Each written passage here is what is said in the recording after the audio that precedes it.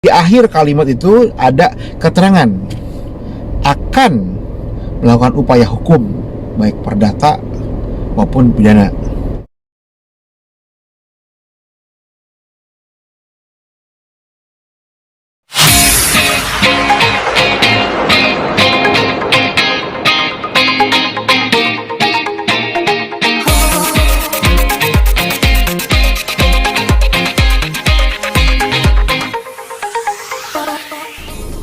Halo guys, ketemu lagi di Kongko Hukum. Kongko Hukum untuk masyarakat Indonesia. Guys, saya mendapat pertanyaan dari teman-teman viewer atau subscriber. Yaitu pertanyaannya begini. Apakah tentang hutang piutang dapat menjadi hukum pidana atau hukuman penjara? Gitu. Yang pertama begini, harus dipahami dulu tentang apa itu hutang piutang, apa itu pidana, gitu kan.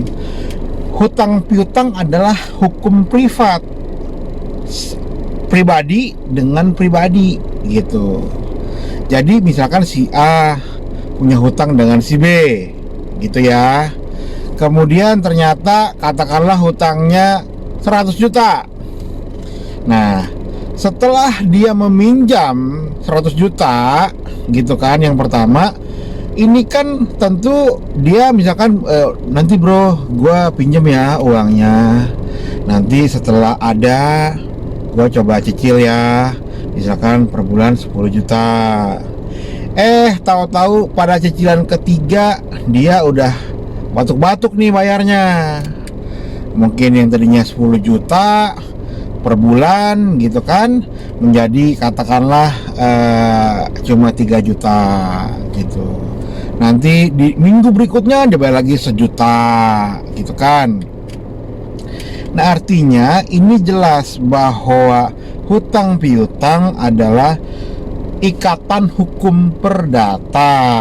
Kalau pidana ya, apalagi bicara ke pemidanaan atau penjara, itu koridornya hukum lain lagi gitu kan.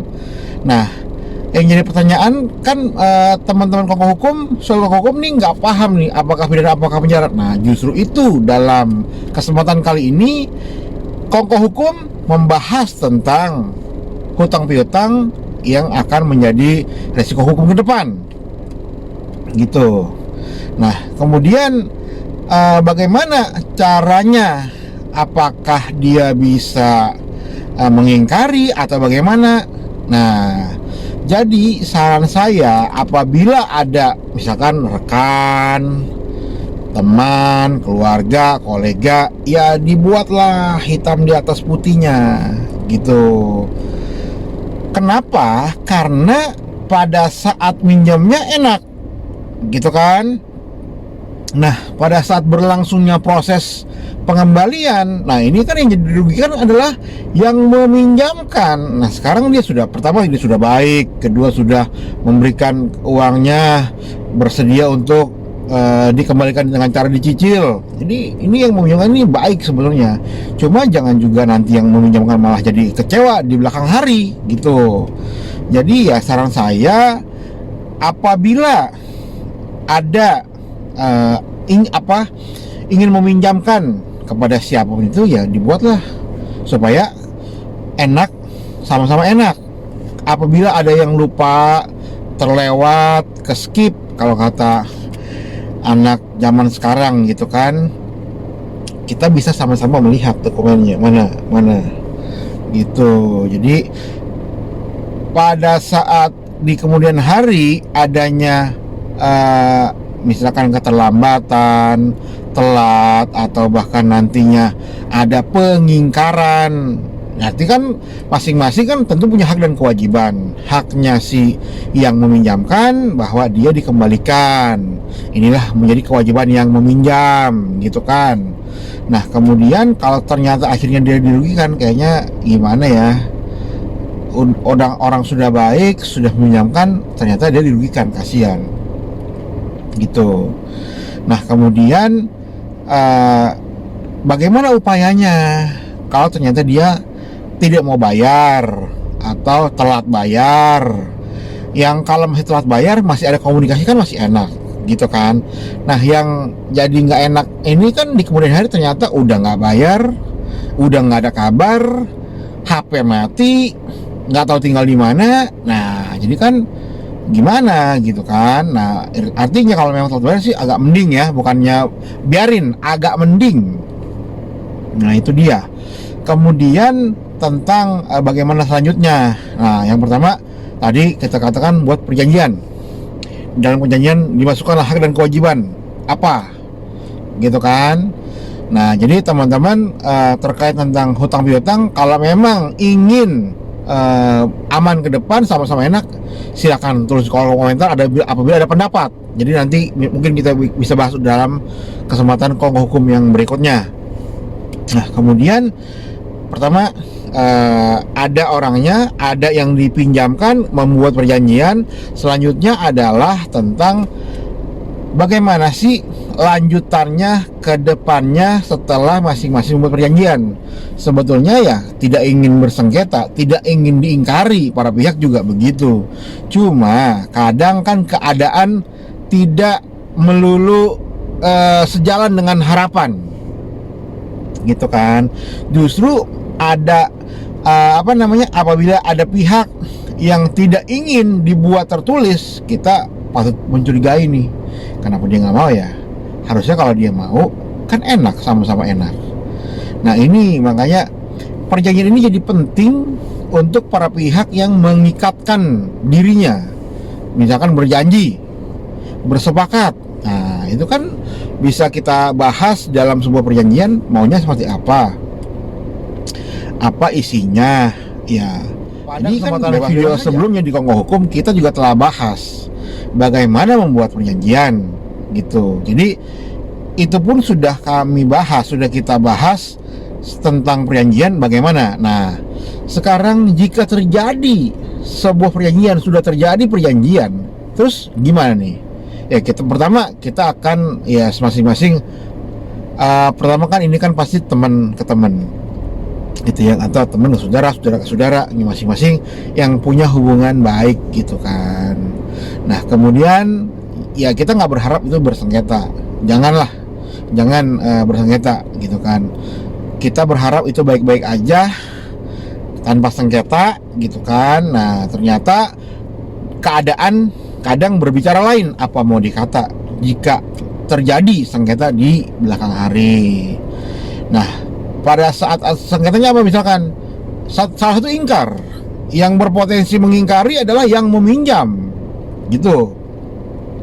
Makanya kalau di bank itu kan ada perjanjiannya jelas. Nah yang nggak ada ini adalah orang ke orang, orang perorangan. Nah ini yang jarang. Kalau misalkan koperasi dengan orang, kemudian bank dengan orang, nah ini kan menjadi satu hal yang bank berkewajiban untuk membuat suatu perjanjian. Nah pertanyaan kan, kalau memang ini pasti dari kenal orang yang kita kenal nih. Makanya pada saat dia mau memberikan uangnya, ya pesannya janganlah diingkari, karena memang begitu. Nah jika ingkar gimana? Nah ada mekanisme hukum gitu. Pertama bisa melalui dengan diingatkan melalui somasi gitu. Ingatkan melalui somasi, tegur dia dengan somasi. Gimana tanggapannya? Apakah bisa dia tetap berdialog? Apakah dia menyampaikan kenapa atau bagaimana gitu kan? Disinilah peluang untuk masing-masing membuat forum diskusi. Somasi itu sebenarnya begitu. Cuma orang begitu somasi advokat atau pengacara, waduh ada masalah nih gitu kan. Ya pasti ada masalah, iya. Cuma bagaimana menyikapi masalah, bagaimana menyikapi sebuah persoalan, itu dia. Nah kemudian setelah somasi pertama nggak diindahkan, berarti ada somasi kedua gitu kan. Somasi kedua gimana? Ada komunikasi kah? Biasanya kalau somasi pertama tidak, somasi kedua ada respon gitu. Kita pun punya klien, somasi kedua baru dia cari-cari, saya mau konsultasi gitu. Kenapa? Oh gitu kan.